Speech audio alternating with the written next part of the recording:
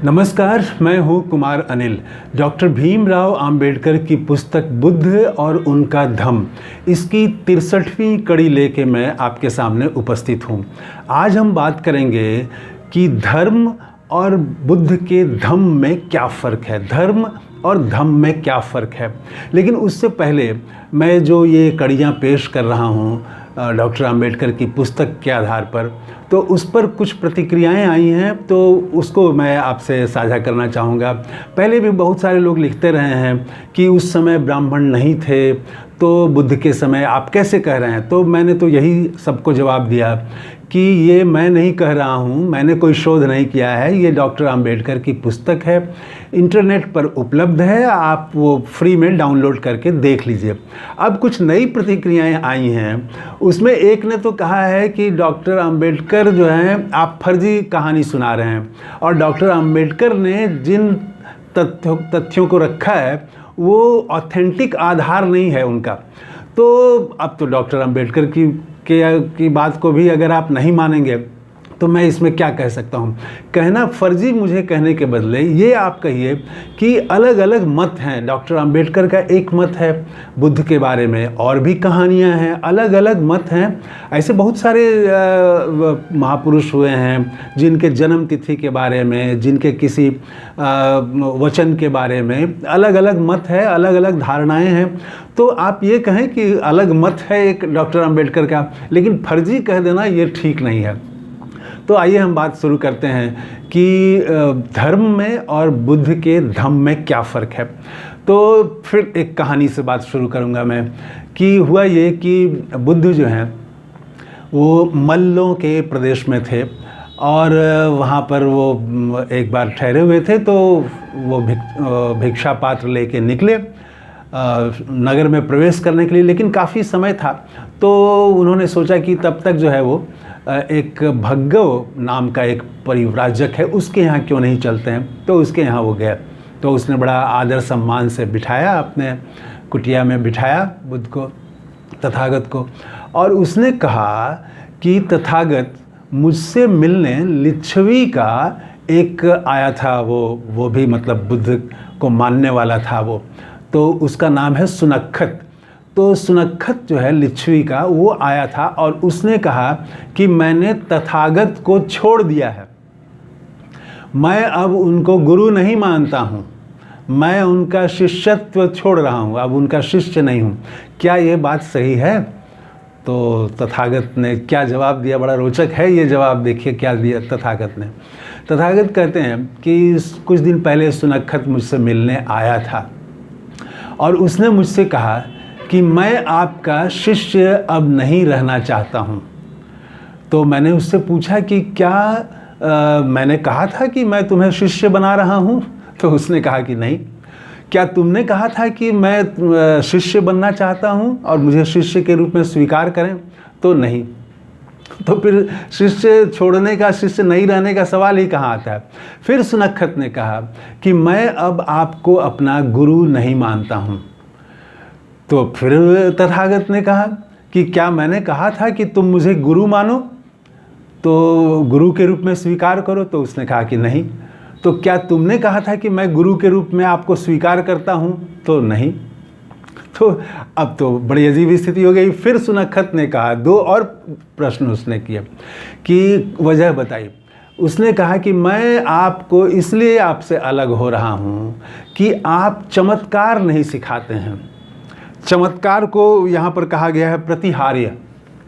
चमत्कार आप नहीं सिखाते हैं। जो मनुष्य में शक्ति है काम करने की, सोचने की, कुछ भी जो शक्ति है, मनुष्य की जो शक्ति है, उससे परे, उससे कुछ ज़्यादा वो कोई चमत्कार की शक्ति, हम चमत्कार कर दें, कहें तो बारिश होने लगे, कहें तो मरा हुआ आदमी जिंदा हो जाए, कहें तो बीमार आदमी स्वस्थ हो जाए, ऐसा कुछ चमत्कार आप नहीं सिखाते हैं, इसीलिए मैं आपको छोड़ रहा हूँ। तो बुद्ध ने कहा कि ये ठीक है कि मैं चमत्कार नहीं सिखाता हूँ, मैंने तो कहा भी नहीं था कि मैं तुमको चमत्कार सिखा दूंगा और मनुष्य से परे। मैं जो सिखाता हूँ वो है कि कैसे क्या आचरण करें, कैसे व्यवहार करें, कैसे रहें, इससे तुम्हारा दुख दूर होगा। अगर मैं तुमको चमत्कार सिखा दूं तो क्या तुम्हारा दुख दूर हो जाएगा? तुम्हारा जो परेशानी है, तुम्हारा भविष्य सुंदर हो जाएगा और क्या समाज का दुख इससे दूर हो जाएगा? तो नहीं होगा। फिर उसके बाद वो सुनखत कहता है कि आप इस सृष्टि की शुरुआत कैसे हुई ये आप नहीं बताते हैं, इसीलिए मैं आपको छोड़ रहा हूँ। तो फिर तथागत ने वही कहा कि सृष्टि की शुरुआत कैसे हुई, प्रारंभ कैसे हुआ, ये जानने से आदमी का दुख क्या दूर हो जाएगा? तो आदमी का जो दुख है, वर्तमान का दुख या जो भविष्य में उसको दुख होने वाला है, वो दुख से कैसे बचे? ये तो वो अगर जान भी जाए कि सृष्टि की रचना कैसे हुई और सृष्टि की रचना किसने की, कहाँ बैठ के की, कितने समय में की, तो ये जानने से आदमी का दुख तो दूर नहीं होगा। तो ये तथागत ने जवाब दिया था।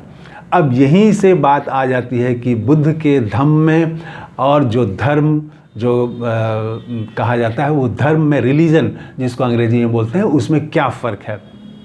तो देखिए, धर्म डॉक्टर अंबेडकर कहते हैं, मैं फिर कहूँगा कि डॉक्टर अंबेडकर कहते हैं, वरना लोग कहेंगे कि आप कैसे कह रहे हैं। डॉक्टर अंबेडकर कहते हैं कि धर्म का जो विकास है वो अलग अलग फेज़ में, कई चरणों में उसका विकास हुआ है और वो हर चरण में उसका अर्थ बदल गया है।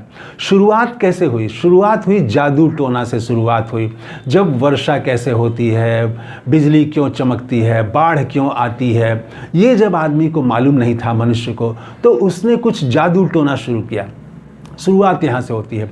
उसके बाद फिर तब कर्म कांडों का विकास हुआ। कर्मकांड, कुछ यज्ञ, बलि, ये सब दे के कुछ जो नाराज़ देवता हैं उनको प्रसन्न करने की बात शुरू हुई और जो उनके देवता हैं उनको कैसे खुश रखें, उनको अपने पक्ष में कैसे करें, तो ये सब के लिए ये कर्मकांड की शुरुआत हुई। फिर एक और फेज़ आता है जब बात आती है कि इसकी रचना किसने की, सृष्टि बनाया किसने, कौन है जो चला रहा है सृष्टि को। तो एक ईश्वर की बात आई कि एक ईश्वर है, एक परम शक्ति है, वही सारे चीज़ों का नियंता है, वही निर्णय लेता है। तो वहाँ आई, फिर बात आई आत्मा और परमात्मा की बात आई। तो ये बदलता रहता है। धर्म को कुछ लोग उनके कार्य से, उनके व्यवहार से भी जोड़ के देखते हैं। वो बच्चा है तो उसका धर्म क्या है, छात्र है तो उसका धर्म क्या है, ये भी देखा जाता है। तो बुद्ध के यहाँ धर्म का वो मतलब नहीं है जो रिलीजन का मतलब है। इनके यहाँ धम्म का जो मतलब है, तथागत का जो धम्म है, वो धम्म एक सदाचार है, सदाचरण है, एक अच्छा आचरण है बस। तो बाकी जो रिलीजन है उसको कहते हैं कि वो व्यक्तिगत मामला है, आदमी का व्यक्तिगत मामला है, उसको आप प्रकट करें ना करें वो आपकी मर्जी है, लेकिन वो निजी मामला है रिलीजन।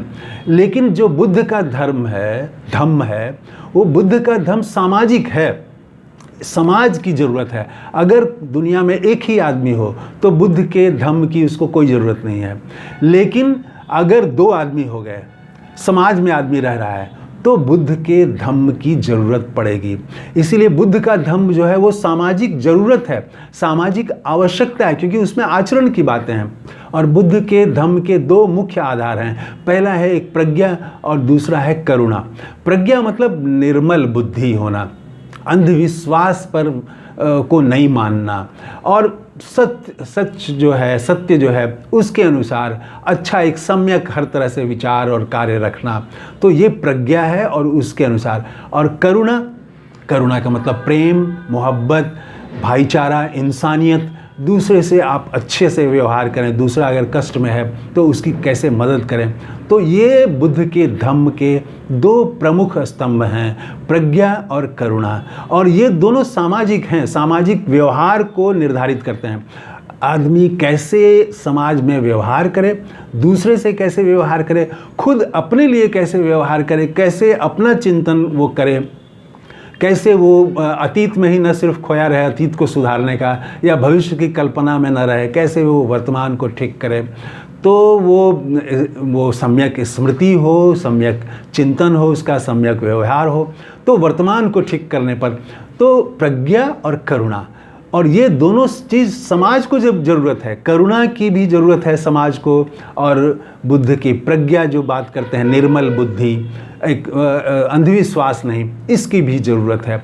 तो बुद्ध ने भले ही 2500 साल पहले ये बात कही हो, लेकिन ये कितना आधुनिक लगता है।